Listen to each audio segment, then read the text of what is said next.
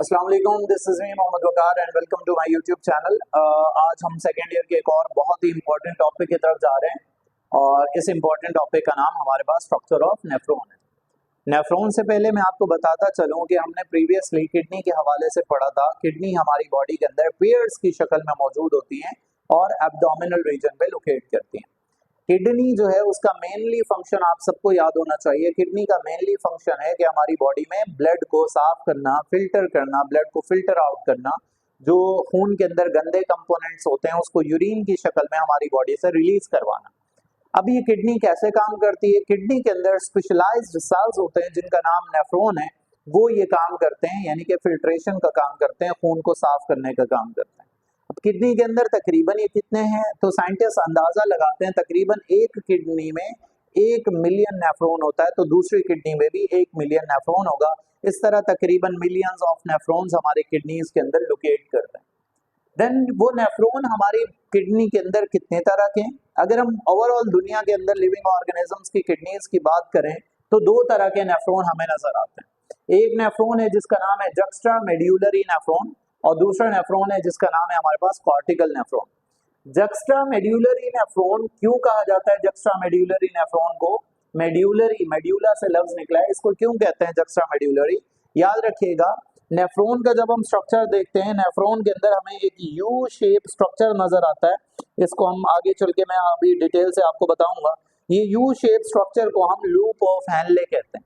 अगर ये loop of Henle की लेंथ जो है वो बहुत बड़ी होगी तो हम उस नेफ्रॉन को कहेंगे जक्स्ट्रा मेड्यूलरी नेफ्रॉन।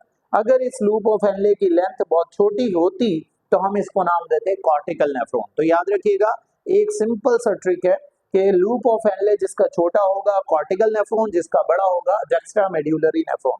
दूसरा वे क्या है इसको डिफाइन करने का? अगर आपके पास लूप ऑफ हेनले का साइज बड़ा होगा तो मैंने आपको प्रीवियसली किडनी के हवाले से बताया था कि किडनी जो होती है हमारे अंदर वो इस तरह से बीन शेप उसका स्ट्रक्चर है और इसके अंदर आपने देखे थे यूं पायरामिड शेप के स्ट्रक्चर्स पड़े होते हैं। ये पायरामिड शेप के स्ट्रक्चर्स को हम मेड्यूला कहते हैं। इन मेड्यूला के अंदर ये लूप ऑफ हेनले पेनिट्रेट करके चला जाता है, यानी कि ये लूप ऑफ हेनले जिसका मेड्यूला के अंदर होगा आप उस नेफ्रॉन को नाम देंगे जक्स्ट्रा मेड्यूलरी नेफ्रॉन। अगर ये लूप ऑफ हेनले छोटा सा होता और कॉर्टेक्स रीजन में होता, ये वाला एरिया जो खाली है इस जगह को कहते हैं कॉर्टेक्स, अगर इस एरिया में वो नेफ्रॉन का वो पार्ट होता लूप ऑफ हेनले तो हम उसको कहते हैं कॉर्टिकल नेफ्रॉन। तो 2 तरीके से मैंने आपको समझा दिया जक्स्ट्रा मेड्यूलरी और कॉर्टिकल नेफ्रॉन का डिफरेंस। क्या याद रखेंगे? लूप ऑफ हेनले जिसका लॉन्गर होगा हम कहेंगे जक्स्ट्रा मेड्यूलरी नेफ्रॉन और लूप ऑफ हेनले जिसका लॉन्गर होगा वो मेड्यूला के अंदर लोकेट करेगा। और जो कॉर्टिकल नेफ्रॉन है उसका लूप ऑफ हेनले शॉर्ट होगा और उसका जो लूप ऑफ हेनले वो कॉर्टेक्स रीजन के अंदर लोकेट करेगा। तो याद रखिएगा। देन जक्स्ट्रा मेड्यूलरी नेफ्रॉन हमारी बॉडी में पाया जाता है, हमारी किडनीज के अंदर पाया जाता है। जक्स्ट्रा मेड्यूलरी नेफ्रॉन के अंदर 2 पार्ट्स होते हैं, एक का नाम है रीनल कार्पसल्स, एक पार्ट का नाम है रीनल कार्पसल्स और दूसरे का नाम है रीनल टिब्यूल। 2 पार्ट्स हैं, दोनों इंपॉर्टेंट है, दोनों को हम डिटेल से पढ़ेंगे, renal corpuscles and renal tubule. पहले पढ़ लेते हैं हम रीनल कार्पसल्स के बारे में। रीनल कार्पसल्स जो होते हैं इनके अंदर बहुत सारे bunch of blood network, blood capillaries, बहुत सारे खून की नालियां होती हैं। उन खून की नालियों को हम नाम देते हैं ग्लोमेरुलस। अगर आप यहाँ देखेंगे नेफ्रॉन के अंदर तो मैं यहाँ से बताता चलूं कि ये हमारे पास एफरेंट आर्ट्रियोल है जो खून को लेकर आता है और लेकर आने के बाद यहाँ पर बहुत सारी ब्लड कैपिलरीज होती हैं, bunch of network of capillaries होता है। इन नेटवर्क ऑफ कैपिलरीज को हम क्या नाम देते हैं? ग्लोमेरुलस। तो याद रखिएगा, जो हमारे यहाँ ब्लड लेकर आएगी आर्टरी उसके पास ब्लड कैपिलरीज होंगी, उन कैपिलरीज को हम नाम देते हैं ग्लोमेरुलस। ग्लोमेरुलस के बाहर अगर आप देखेंगे तो ये वाली आपको एक पतली सी शीट नजर आ रही है, इस शीट को हम नाम देते हैं बोवेन्स कैप्सूल। बोवेन्स कैप्सूल ये एरिया है, जिस एरिया जो कि कैपिलरीज के आगे है, थिन नेटवर्क जो कैपिलरीज हैं उसके बाद पतला सा एक एरिया शीट चांद नुमा नजर आ रहा है आपको, इसको हम कहते हैं बोवेन्स कैप्सूल। ये जो बोवेन्स कैप्सूल है और जो ग्लोमेरुलस है इन दोनों को मिला के हम एक ही नाम देते हैं मेल्फिजियन बॉडी। याद रखिएगा, मेल्फिजियन बॉडी किसको कहा जाता है? जिसके अंदर बोवेन्स कैप्सूल और ग्लोमेरुलस दोनों चीजें आ जाती हैं। देन इसके बाद अगर हम बात करें ग्लोमेरुलस जो है वो ये वाला पार्ट बॉल लाइक है, आपको बॉल की तरह ये गोल नजर आ रहा है, बॉल लाइक स्ट्रक्चर है जिसके अंदर आर्ट्रियोल्स आती हैं, आर्ट्रियोल आती है, आर्ट्रियोल का नाम है एफरेंट आर्ट्रियोल, एफरेंट, एफरेंट का मतलब होता है जो खून को लेकर आती है, एफरेंट आर्ट्रियोल आती है और ब्लड सारे का सारा आ जाता है कैपिलरीज के अंदर, यानी कि ये वाली जो कैपिलरीज है जिसको बोवेंस कैप्सूल कहा था उसके अंदर आ जाता है। अगर आप देखेंगे तो इसका मैंने ये थोड़ा सा डायमीटर ये मोटा बनाया है, ये आर्ट्रियोल थोड़ा सा मोटा है और जो एफरेंट आर्ट्रियोल होता है जहां ये खत्म होती है वहां पर एफरेंट आर्ट्रियोल होता है, उसका डायमीटर छोटा होता है। जब डायमीटर बड़ा होगा तो ब्लड ज्यादा से ज्यादा यहाँ की तरफ आता रहेगा और ब्लड जब आएगा ज्यादा तो यहाँ से जाएगा कम, जब यहाँ से ब्लड जाएगा कम और यहाँ आएगा ज्यादा तो यहाँ पर प्रेशर क्रिएट हो जाता है, जिस वजह से ब्लड के अंदर जो छोटे छोटे कंपोनेंट्स होते हैं वो आगे नेफ्रॉन के अंदर चले जाते हैं और आगे नेफ्रॉन के अंदर यानी कि बोवेंस कैप्सूल के अंदर वो चले जाते हैं। ठीक है, तो ये याद रखिएगा, इंपॉर्टेंट, बहुत इंपॉर्टेंट बात है। देन ग्लोमेरुलस कैपिलरीज हैव, ये जो ग्लोमेरुलस की कैपिलरीज होती हैं, कैपिलरीज के अंदर छोटे छोटे सुराख होते हैं और उनका डायमीटर जरूर याद रखिएगा 70 नैनोमीटर डायमीटर होता है और ये 70 बहुत छोटा नैनोमीटर डायमीटर है और ये क्या करता है, प्रिवेंट करता है, बचाता है जो हमारे अंदर बीसीज होंगे, रेड ब्लड सेल्स, खून के सेल्स, इनको हमारे नेफ्रॉन के अंदर जाने नहीं देगा। क्यों? क्योंकि नेफ्रॉन के अंदर आरबीसीज चले जाते हैं तो वो फिल्टर आउट नहीं हो सकते, खून वो फिल्टर नहीं होगा और यूरिन के जरिए वो हमारा ब्लड रिलीज हो जाएगा। तो ब्लड रिलीज ना हो उससे बचाने के लिए ये ब्लड अंदर जा ही नहीं पाता क्योंकि इसका डायमीटर जो होता है वो कैपिलरीज का जो डायमीटर है वो छोटा है और आरबीसीज के सेल्स का साइज बड़ा है, तो बड़ा होने की वजह से वो इसके अंदर पास नहीं हो पाते। तो ये याद रखिएगा, ये डायमीटर बहुत इंपॉर्टेंट है, अगर ये डायमीटर बढ़ जाता है तो खून के सेल्स आगे चले जाते और हमारे यूरिन से भी ब्लड क्या होता, पास होता।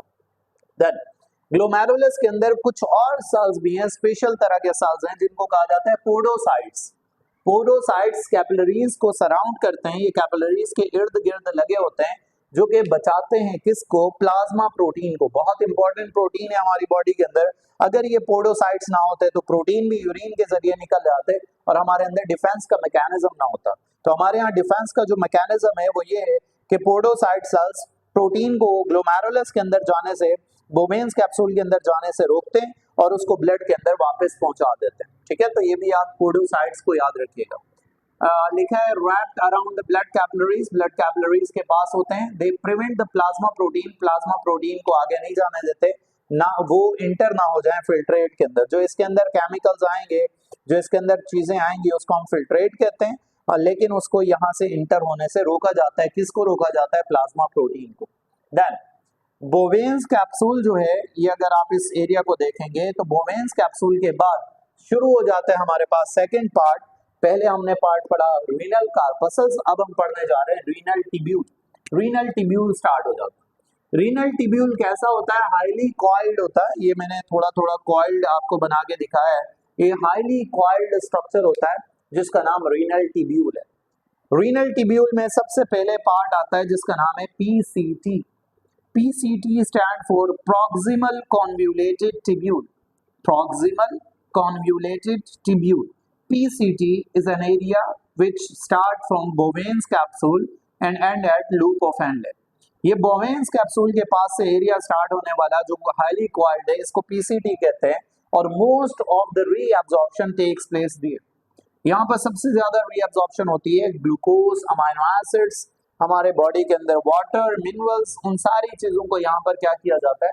रीअब्जॉर्ब, ताकि वो जो ब्लड के अंदर से गंदे कंपोनेंट है वो आगे चले जाएं और अच्छे अच्छे कंपोनेंट जो ब्लड से इंटर हो गए थे उनको रीअब्जॉर्ब करके ब्लड के अंदर पहुंचा दिया जाए।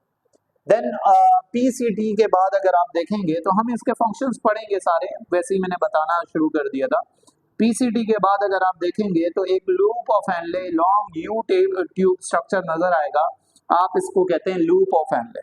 लूप ऑफ हेनले के दो पार्ट्स हैं, एक ये वाला हिस्सा और एक ये वाला हिस्सा। इसको कहते हैं descending limb of loop of Henle और हम इसको कहते हैं असेंडिंग, क्योंकि ये ऊपर से नीचे आ रहा है तो डिसेंडिंग, ये नीचे से ऊपर जा रहा है तो ascending. Ascending loop of Henle. Loop of Henle के बाद हमारे पास छोटा सा एक और कन्वोल्यूटेड टिब्यूल आता है हमारे पास, कॉइल्ड होता है, उसको हम नाम देते हैं DCT। ये DCT का मतलब है डिस्टिल्ड कन्वोल्यूटेड ट्यूब्यूल, ये वाला एरिया हमारे पास आता है। देन ये ओपन हो जाता है कलेक्टिंग डक्ट के अंदर। कलेक्टिंग डक्ट वो पाइप है जिसके अंदर यूरिन को कलेक्ट करके आगे रीनल पेल्विस के पास भेजा जाता है, जिसके जरिए उसको हमारी बॉडी से निकाल दिया जाता है। तो मेरे ख्याल से यहाँ तक आपको बात क्लियर हो गई होगी। This is about the structure of nephron. Then अब हम पढ़ते हैं blood supply to nephron. That is very important topic. Blood supply to nephron. Nephron के अंदर ब्लड कहाँ से आता है? जैसे कि हमने पढ़ा रीनल आर्टरी कम इन हाइलस। किडनी के अंदर एक आर्टरी आती है जिसका नाम रीनल आर्टरी है। रीनल आर्टरी खून को लेकर आती है हाइलस के अंदर और वो डिवाइड हो जाती है बहुत सारी छोटी छोटी ब्लड वेसल्स के अंदर, जिनको नाम देते हैं हम आर्टरियोल। यानी कि एक आर्टरी आती है और वो आर्टरी आके डिवाइड हो जाती है छोटे छोटे पाइप के अंदर, उसको हम कहते हैं रीनल आर्टरियोल। उसमें से एक आर्टरियोल जाता है, ये वाला एक आर्टरियोल एफरेंट आर्टरियोल आता है, आने के बाद ब्लड देता है नेफ्रॉन को। नेफ्रॉन के पास ब्लड आ जाता है, ग्लोमेरुलस के पास ब्लड आ जाता है और ग्लोमेरुलस के पास ब्लड आने के बाद यहाँ से क्या होता है, लीव होता है। लीव कहाँ से होता है? एफरेंट आर्टरियोल से। तो याद रखिएगा एफरेंट आर्टरियोल ए से स्टार्ट होने वाला लेकर आता है और ई से स्टार्ट होने वाला एफरेंट आर्टरियोल लेकर जाता है ब्लड को। ये जो एफरेंट आर्टरियोल है एक्सटेंड हो जाता है, ये आगे जाता है एक्सटेंड होकर पीसी किसके अंदर जाता है? लूप ऑफ एनले और डीसीटी के अंदर जाता है। ये जो एफरेंट आर्टरियोल है ई से स्टार्ट होने वाला एफरेंट आर्टरियोल यहाँ से जाएगा डीसीटी और लूप ऑफ एनले के अंदर, ये अपनी ब्रांच को ले जाएगा। यानी कि ये जो आर्टरी है आर्टरियोल है ये आगे जाएगी डीसीटी और लूप ऑफ एनले के अंदर। तो मैंने यहाँ लिखा होगा the efferent arteriole extend down forming a network of capillaries. बहुत सारी कैपिलरीज बनाता है जिसको हम कहते हैं पेरिटिब्यूलर कैपिलरीज। पेरिटिब्यूलर कैपिलरीज नीचे जाती हैं पीसीटी के पास और डीसीटी के पास और लूप ऑफ एनले के पास। It provide nutrient. ये क्या प्रोवाइड करती है? इनको जाके इन सेल्स को न्यूट्रिएंट्स की जरूरत होती है, इन सेल्स को पहुंचाती है nutrients towards the loop of Henle और फिर लूप ऑफ एनले की तरफ जाती है और लूप ऑफ एनले के अंदर भी बहुत सारी बंच बना लेती है। हम उसको नाम देते हैं vasa recta. Vasa recta blood capillary blood artery है या ब्लड कैपिलरी है जो यहाँ से आई थी, एफरेंट आर्टरियोल से आई थी और एफरेंट आर्टरियोल के अंदर जाने के बाद लूप ऑफ एनले में जब गई थी तो हमने उसको नाम दिया वासा रेक्टा।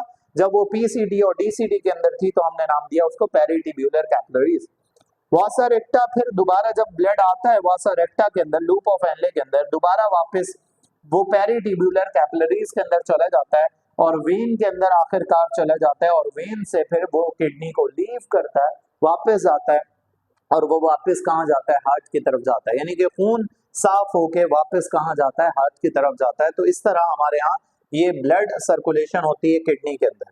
इस पूरे स्ट्रक्चर ऑफ नेफ्रॉन के हमने फंक्शंस को डिस्कस करना है। अभी जस्ट हमने स्ट्रक्चर ऑफ नेफ्रॉन की बात की है।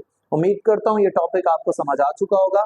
देन अगली क्लास में हम इंशाल्लाह फंक्शन ऑफ नेफ्रॉन की बात करेंगे।